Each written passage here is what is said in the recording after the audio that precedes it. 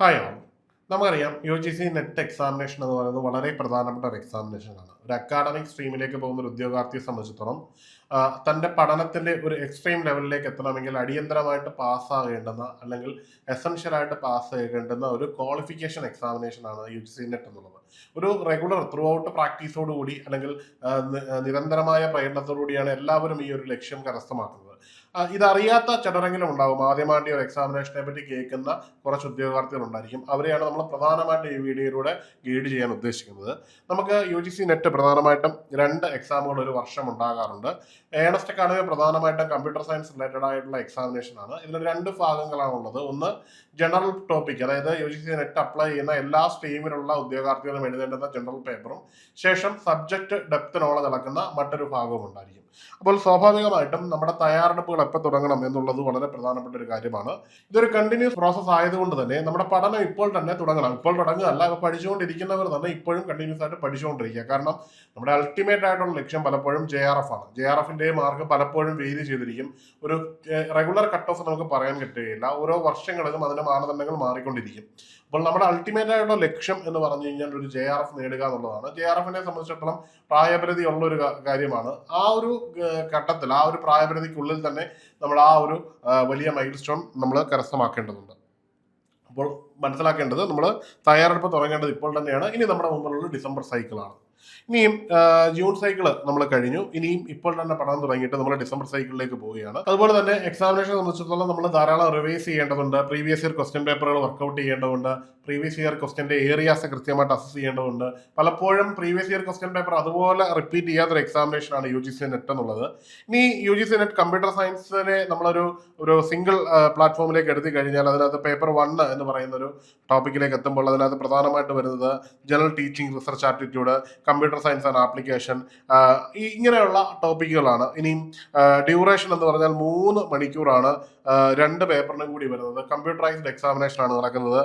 വർഷത്തിൽ 2 വട്ടം നടക്കുന്നതാണെന്ന് ഓൾറെഡി ഞാൻ പറഞ്ഞു കഴിഞ്ഞു. ഇനി ഇതിന്റെ റോഡ് മാപ്പ് എങ്ങനെയാണ് എന്ന് നോക്കാം. നമ്മുടെ കോഴ്സിന്റെ പ്രത്യേകതകൾ, നമ്മൾ ഏണസ്റ്റ് അക്കാഡമി കൊടുക്കുന്ന പ്രത്യേകത എന്ന് പറഞ്ഞാൽ ജൂലൈ മാസത്തിൽ ഏതാണ്ട് ഫൗണ്ടേഷൻ ക്ലാസ്സുകൾ തുടങ്ങുന്നു.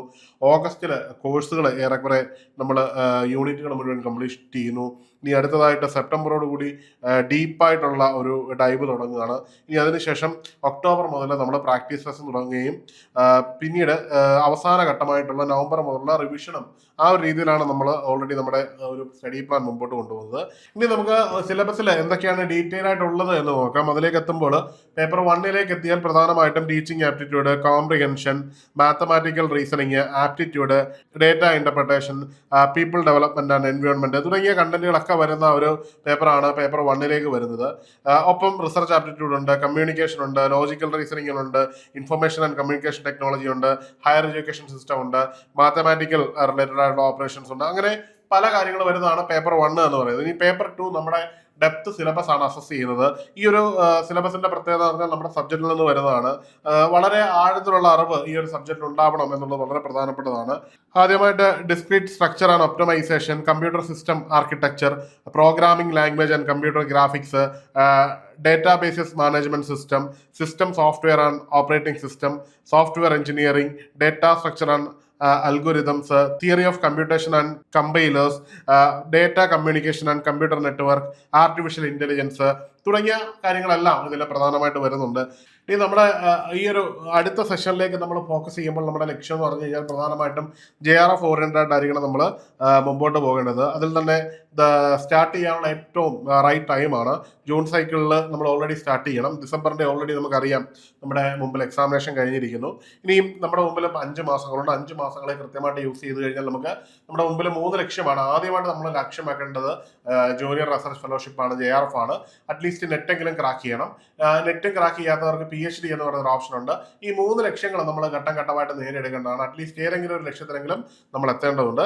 ഏണസ്റ്റ് അക്കാഡമിയെ സംബന്ധിച്ചിടത്തോളം UGC നെറ്റുമായിട്ട് ബന്ധപ്പെട്ട് ഒരു കോഴ്സ് അവൈലബിൾ ആണ്. നമുക്ക് മൾട്ടിപ്പിൾ വാലിഡിറ്റിയിലാണ് കോഴ്സ് അവൈലബിൾ ആവുന്നത്. നിങ്ങൾ ഒരു കോഴ്സിന് ജോയിൻ ചെയ്താൽ നമ്മൾ പറഞ്ഞല്ലോ ഏതാണ്ട് 4 എക്സാം നമുക്ക് എഴുതാൻ പറ്റും. അതായത് 2 വർഷമാണ് നിങ്ങൾക്ക് ഇതിന്റെ ഒരു വാലിഡിറ്റി കിട്ടുന്നത്. നമുക്ക് 4 എക്സാമുകൾക്ക് ഉപയോഗിക്കാൻ പറ്റുന്ന രീതിയിൽ തന്നെയാണ് നമ്മൾ ഈ കോഴ്സ് വിഭാവനം ചെയ്തിരിക്കുന്നത്.